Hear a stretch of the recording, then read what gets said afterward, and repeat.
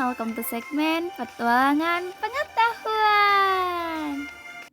Hari ini kita akan berpetualang ke salah satu PAUD di Bandung dan berbincang bersama dengan Bunda Asri, membahas mengenai topik sebagai berikut. Nah, Bapak Bubu, di sini sudah ada Bunda Asri nih.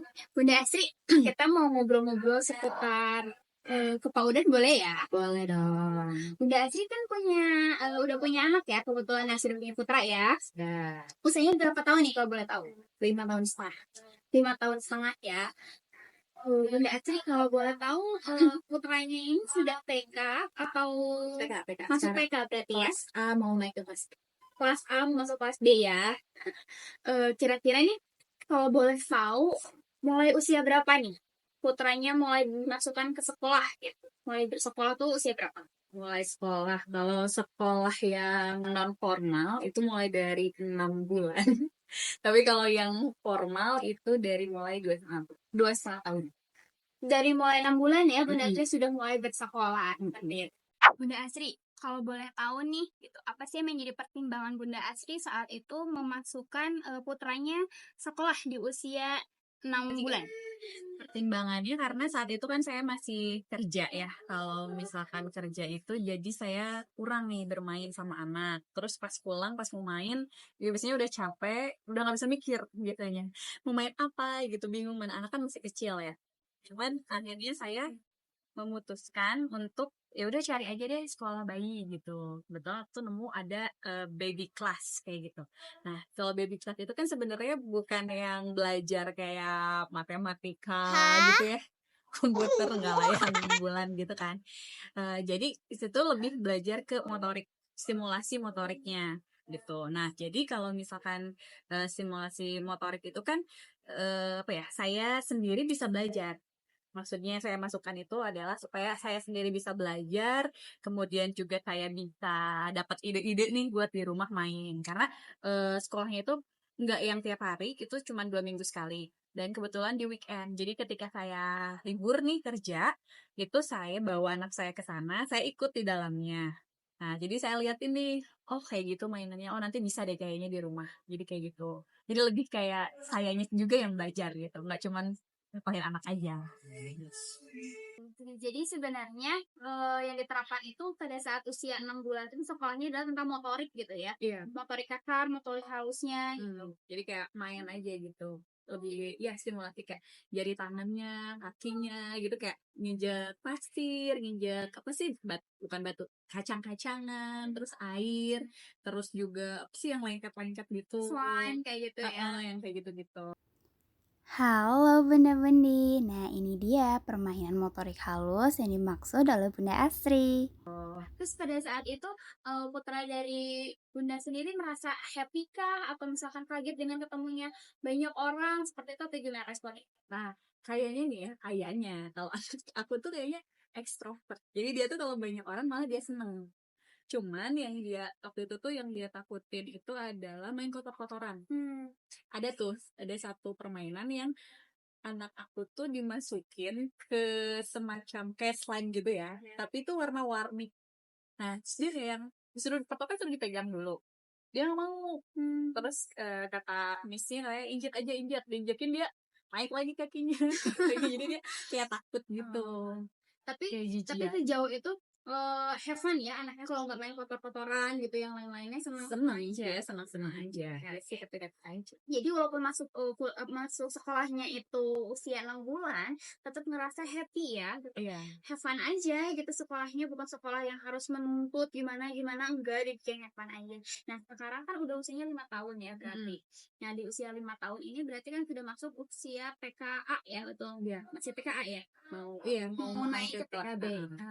Nah, kira-kira nih ketika memilih untuk memasukkan ke TK ini gitu ya. TK yang sekarang lagi dipilih nih gitu ya, lagi disekolahkan anaknya di situ. Apa sih yang menjadi aspek penilaian dari Bunda sendiri ketika Bunda mau masukin anaknya ke sekolah? Yang menjadi aspek penilaiannya seperti apa? Pertimbangan gitu ya. Kenapa jadi harus milihnya sekolah itu Iya, gitu ya. betul. Jadi pas dia menjelang apa ya, mau masuk nih usia mau masukin ke situ, Aku emang cari sekolah yang pertama, sebenarnya kan balik lagi ya, masalah kan kalau orang-orang nyari sekolah yang bagus gitu ya.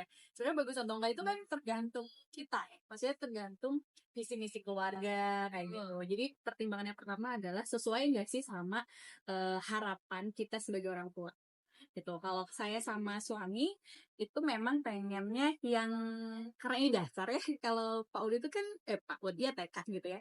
TK itu memang yang pondasi banget nih, ya Fondasi kan? awal anak buat Bener. menuju nanti dia mau SD, SMP atau udah Ah. dewasa tuh fondasinya di sini. Ya, ibaratnya tuh kalau misalkan kita mau bangun rumah tuh ini yang paling dasarnya banget cakar ayamnya gitu. Harus Kalau kokoh. bener, harus kuat banget, harus yang pokoknya emang ini lebih keinginan aku sendiri sih. Kalau aku tuh pengen yang bener-bener wow gitu. Bukan wow gimana-gimana ya, bukan yang harus yang mewah, mahal dan sebagainya, enggak. Tapi memang punya nilai-nilai yang sesuai dengan keluarga saya gitu. Apa aja tuh? Nah, kalau saya yang pertama pengen di segi agamanya. Si agamanya. Ya, jadi saya cari sekolah yang memang plus gitu ya, sekolah plus gitu nggak yang umum.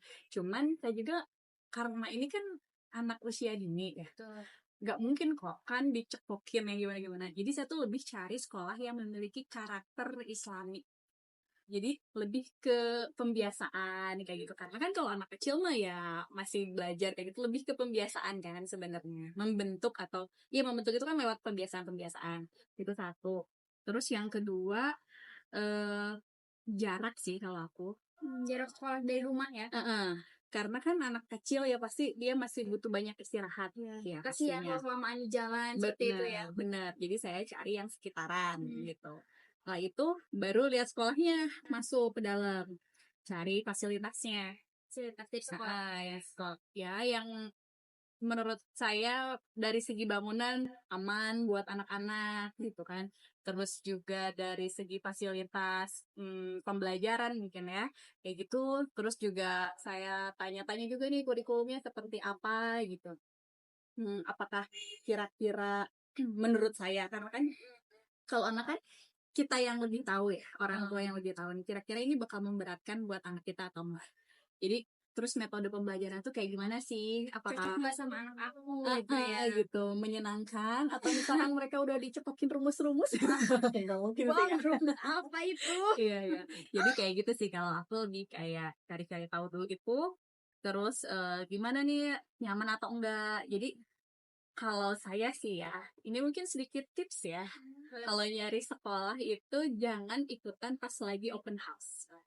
Karena saya waktu itu nyari nggak lagi open house. Jadi real kayak apa nih sekolahnya? Jadi kayak tiba-tiba kayak sidak deh.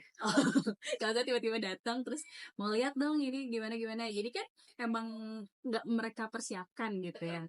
Dan kebetulan waktu itu sebenarnya saya udah searching dulu nih mana aja sekolah-sekolah nih yang kira-kira mau saya survei kayak gitu. Nah pas saya survei itu emang bukan lagi ada open house, jadi pas saya datang terus saya lihat keren tuh gimana ya, semuanya itu dibikin emang buat anak kecil deh.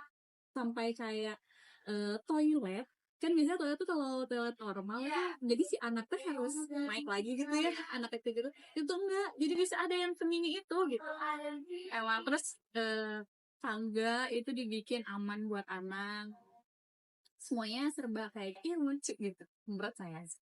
Jadi benar-benar berfokus sama anak banget Iya, ya. Dari semuanya. mulai interiornya juga difokuskannya sama Iya, anak. Sesuai dengan didesain kebutuhan anak.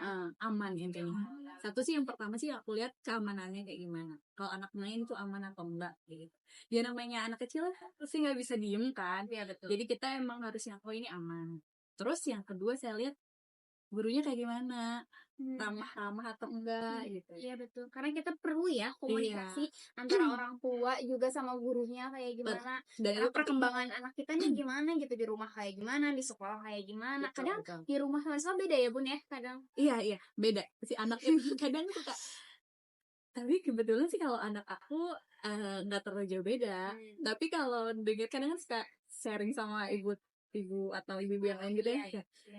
Anak saya tuh di sekolah mah kayak gini ya bisa mandiri ya, tapi di rumah kok enggak ya kayak gitu. Karena emang kayak gitu. Terus kalau sekolah itu, nah kebetulan setelah yang saya kunjungi itu ya waktu itu ternyata tidak hanya memberikan fasilitas untuk anak aja, Jadi orang tuanya pun ada sekolahnya. Nah, itu yang jadi pertimbangan banget buat saya. Orang tuanya sekolah tuh kayak gimana gitu ya. Sekolahnya biasanya di akhir pekan. Jadi supaya apa? Supaya tujuannya itu antara orang tua sama guru itu sama.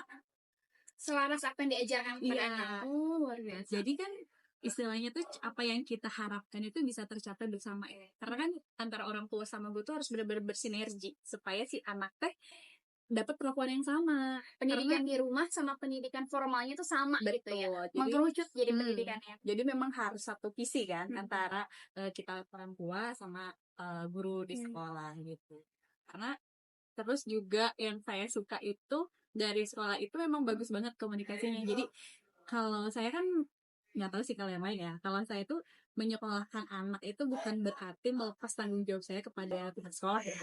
Tapi kan apa ya, menjadikan pihak sekolah itu sebagai mitra saya sebagai orang tua. Bagaimana nih supaya tumbuh kembang anak bisa lebih optimal. Nah kayak gitu. Jadi pas tahu nih ada sekolah orang tua, itu tuh keren banget, emang dibutuhin banget. Apalagi saya kan sebagai orang tua baru gitu ya, maksudnya ini anak pertama saya, jadi masih banyak banget yang harus saya pelajari gitu.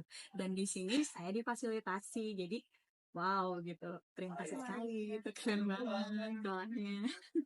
Nah, kalau misalnya sekolah di sekolahin gitu ya, kira-kira apa sih gitu yang Bunda rasain gitu perbedaannya gitu ketika anak Bunda udah mulai di sekolahin? Bedanya apa? Bedanya apa? Beda banget sih. Karena kan anak saya masuk 2,5 tahun. Ya hampir 3 tahun, jadi belum genap 3 tahun. Biasanya kan playgroup itu 3 tahun lebih ya. Iya. Nah, saya masih kurang. Nah, waktu itu ke jadi sebenarnya ini sedikit cerita aja ya, boleh ya. Jadi anak saya teh ngomongnya dulu bahasa Inggris ya, ceritanya, karena kayaknya yang sosokan gitu pengen anak saya teh bisa bahasa Inggris, terus segalanya dibikin kayak buku dalam bahasa Inggris, semuanya diajarin bahasa Inggris. Cuman kan memang seharusnya itu full ya, maksudnya kalau mau bahasa Inggris ya bahasa Inggris, terus saya menemani itu harus benar-benar orang yang menemani dia memang harus berbahasa Inggris juga kalau kayak gitu kan harusnya. Nah tapi kondisinya waktu itu suami saya di luar kota kerja, saya sendiri kerja. Akhirnya kan yang bantu saya mengasuh adalah neneknya. Neneknya nggak bisa nih bahasa Inggris. Akhirnya yang terjadi dia adalah bingung bahasa. Jadi ketika masuk itu dia belum bisa ngomong yang jelas banget gitu, masih campur-campur.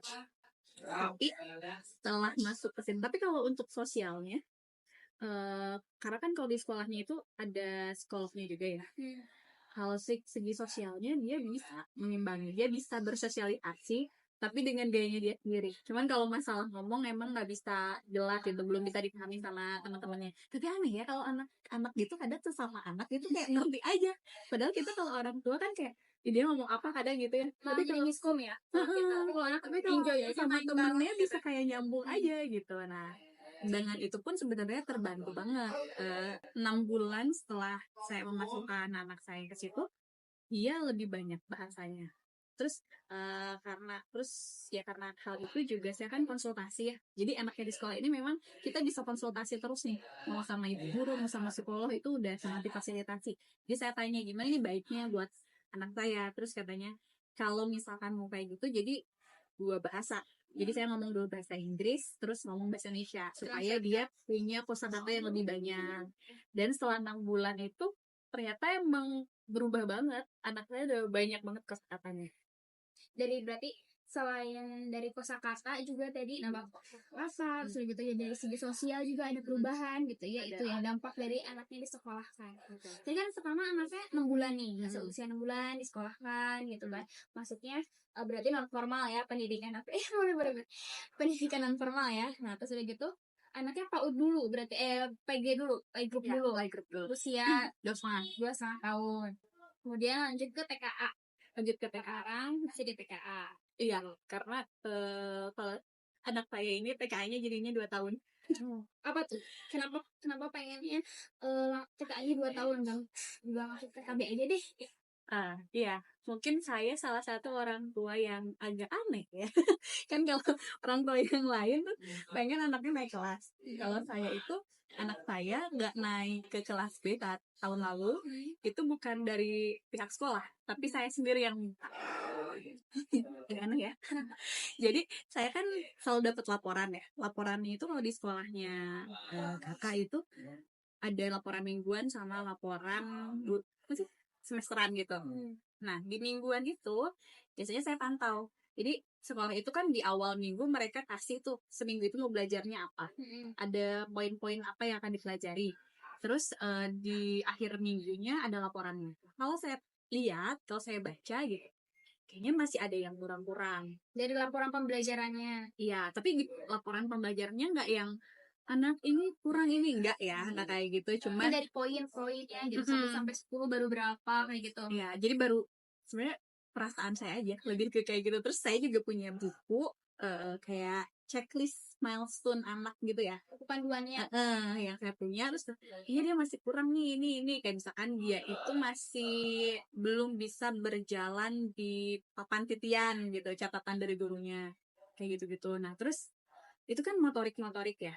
Nah, berdasarkan yang saya tahu gitu ya, karena ya kalau saya sih seneng kayak belajar aja gitu ya, cari tahu kayak gitu.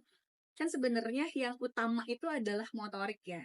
Jadi mungkin kalau orang tua yang lain, pokoknya anak saya lulus dari TK nih harus bisa baca tulis hitung gitu ya. Kalau saya sih enggak, kalau saya santuy banget. Jadi kalau saya yang penting motorik dia, capaian tumbuh kembang dia sudah baik, ya nggak masalah. Masalah baca tulis itu insya Allah nanti bisa ngikutin lah gitu kalau menurut saya. Yang penting kita juga jangan, kalau kata orang Sunda mah culjen gitu ya, jadi terus distimulasi. Nah, cuman apa namanya, kalau saya lihat gitu motorik-motorik ini kan bener-bener yang jadi dasar nih buat nanti dia bisa baca tulis, juga harus motoriknya dulu dong yang harus baik gitu kan. Karena saya pernah tuh waktu itu ikut satu seminar, ini ada piramidanya gitu ya, piramida pertumbuhan yang di paling dasarnya itu sebelum anak-anak bisa jadi pinter banget IQ-nya dan segala macamnya tuh, yang bawahnya banget tuh motorik kasar, motorik halus, yang kayak gitu-gitu. Nah, kalau satu miss gitu ya, ibaratnya nih, terus nanti pasti bakalan runtuh gitu ya, Udah sih roboh. jadi kurang kuat Nah, gitu. Karena Jadi, tadi kan di awal kita bahas tentang PAUD itu sebenarnya tentang fondasi Fondasi. anak. betul. Dan Jadi, sedikit menambahkan ya, kalau menurut pendapat saya, iya sih benar gitu. Orang tua sekarang banyak banget yang pengennya tuh anaknya, pokoknya anak saya udah lulus TK tuh bisa baca, bisa juga nulis, ngitung gitu ya. Iya, Shalistung itu Shalistung itu kan sebenarnya nanti tingkatannya bukan di tingkatan pendidikan usia dini ya. Pendidikan usia dini itu hanya untuk memperkenalkan gitu, memperkenalkan literasi sama anak, memperkenalkan bagaimana berhitung sama anak. Jadi sebenarnya kalau di PAUD itu lebih konsepnya bermain ya Bunda. Iya. Nah, nanti tadi juga udah dibahas ya sama Bunda, kayak kalau di sini tuh lebih anak tuh gimana sih caranya belajar itu menyenangkan gitu kan, nggak yang tertekan juga, nggak rumus-rumus tuh tadi kata Bunda akhir katanya. Ya karena sebenarnya di PAUD itu yang harus ditetapkan itu adalah stimulasinya, betul tadi motoriknya juga. Karena ternyata ya Bun, motorik itu sendiri fungsinya tuh buat kedepannya banyak banget. Salah satunya adalah tentang fokusan anak juga dari motorik ya Bun ya. Iya. Itu yang aku pernah ikutin, itu benar-benar kayak gitu. Jadi, waktu itu materinya emang pramembaca. Terus katanya emang yang paling utama adalah motorik. Kalau motoriknya nggak bagus, fokus anak nggak bener, ya gimana dia mau baca gitu kan. Jadi sejauh ini nih Bunda merasa bahwa pendidikan anak usia dini ini penting atau enggak sih menurut Penting pendapat sih. Bunda? Menurut aku tuh penting banget. Kenapa? Penting banget. Ya itu dia, karena pendidikan anak usia dini itu adalah fondasi awal banget sebelum dia menapaki tahapan-tahapan kehidupan selanjutnya. Dan karena ini sangat penting, kita sebagai orang tua tuh nggak bisa sendiri, menurut saya ya. Karena ya mungkin kalau misalkan orang tuanya, atau misalkan saya guru PAUD lah istilahnya, mungkin saya tahu gitu ya. Walaupun sebenarnya suami saya sebenarnya guru juga, tapi bukan guru PAUD gitu. Tapi kan beda ya perlakuannya gitu. Jadi menurut saya tuh emang kita butuh mitra selain kita sendiri sebagai orang tua. Dan kadang ya, nih anak nih kan ada anak yang bisa terbuka sama orang tuanya. Betul.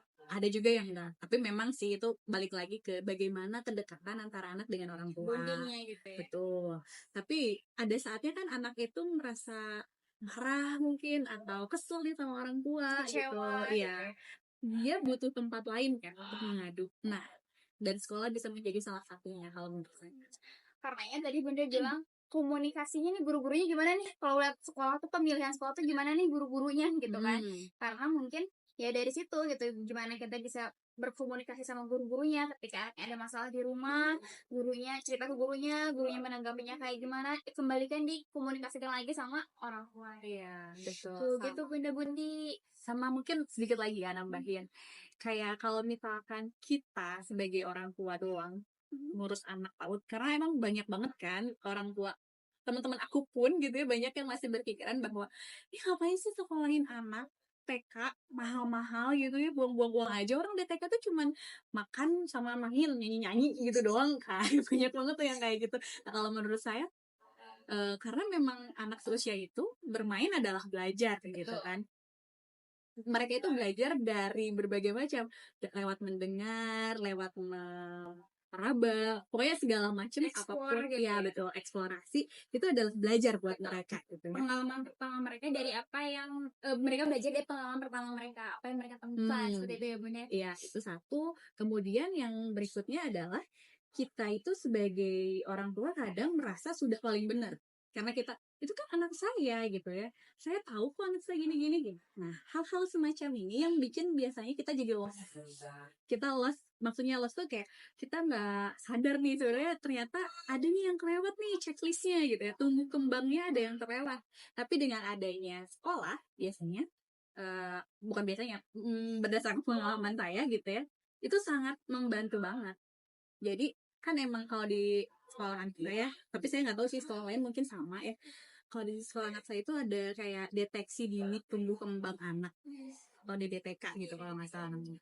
Nah itu tuh ngebantu banget. Jadi kayak nanti ada laporan kan ke saya, Bunda, ini anak Bunda misalkan kurangnya di sini, kurangnya di sini. Itu kan jadi yang tadinya saya kayaknya baik-baik aja gitu. Di rumah tuh kayaknya anaknya selama kadang kan kita nggak yang ngeh itu gitu ya. Yang penting anak kita nggak sakit, anak kita nggak ada masalah, nggak ada kasus apa-apa di sekolah, kayaknya baik-baik aja gitu. Happy aja gitu. Padahal kan mungkin ada tahapan yang terlewat gitu. Kayak contoh waktu itu anak saya itu usia 3 tahun belum bisa loncat.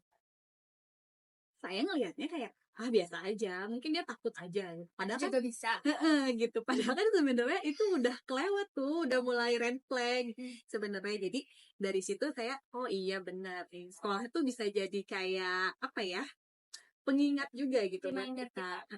Udah sampai mana sih anak kita gitu. Kalau sangat-sangat membantu sih. Jadi menurut saya penting banget PAUD itu. Dan satu lagi kayaknya yang lebih penting adalah bagaimana kita memilih sekolah yang tepat. Luar biasa. Iya nggak sih? Jadi kita tuh kalau mau milih sekolah nggak yang penting deket dari rumah gitu ya. Enggak, tadi kata asal masuk sekolah gitu ya, ya, kayak gitu. Tadi kata Bunda Acu disebutkan bahwa yang pertama itu kita harus tahu dulu nih metode pembelajarannya gimana, cocok apa enggak sama anak kita, kurikulumnya seperti apa. Betul ya Bunda ya? Betul. Kemudian juga gimana nih tipe-tipe guru-gurunya ramah atau enggak, enak untuk belajar komunikasi atau enggak, karena nantinya akan jadi mitra buat kita ya, buat tahu tumbuh kembang anak kita tuh sudah sejauh mana. Oke, baik, terima kasih banyak Bunda Asa sudah mau berbicara banyak, cerita banyak, sharing-sharing mengenai kepaudan sama kita semua, sama Bunda Bundi, sama Bu Baba di sana. Terima kasih banyak. Sama-sama. Baik, kalau gitu kami pamit undur diri. Terima kasih banyak atas waktunya dan sampai ketemu lagi di episode selanjutnya. Dadah. Halo Bunda Bundi, gimana nih? Jadi kesimpulannya menurut Bunda Bundi, apakah PG PAUD itu penting atau tidak ya? Gimana nih?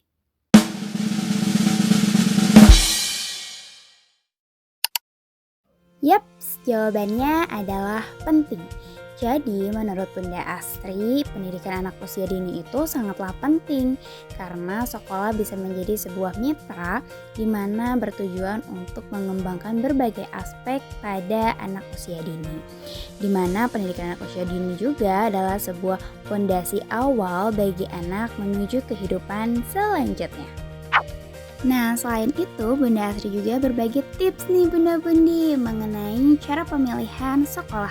Yang pertama adalah visi misi sekolah sejalan dengan visi misi orang tua.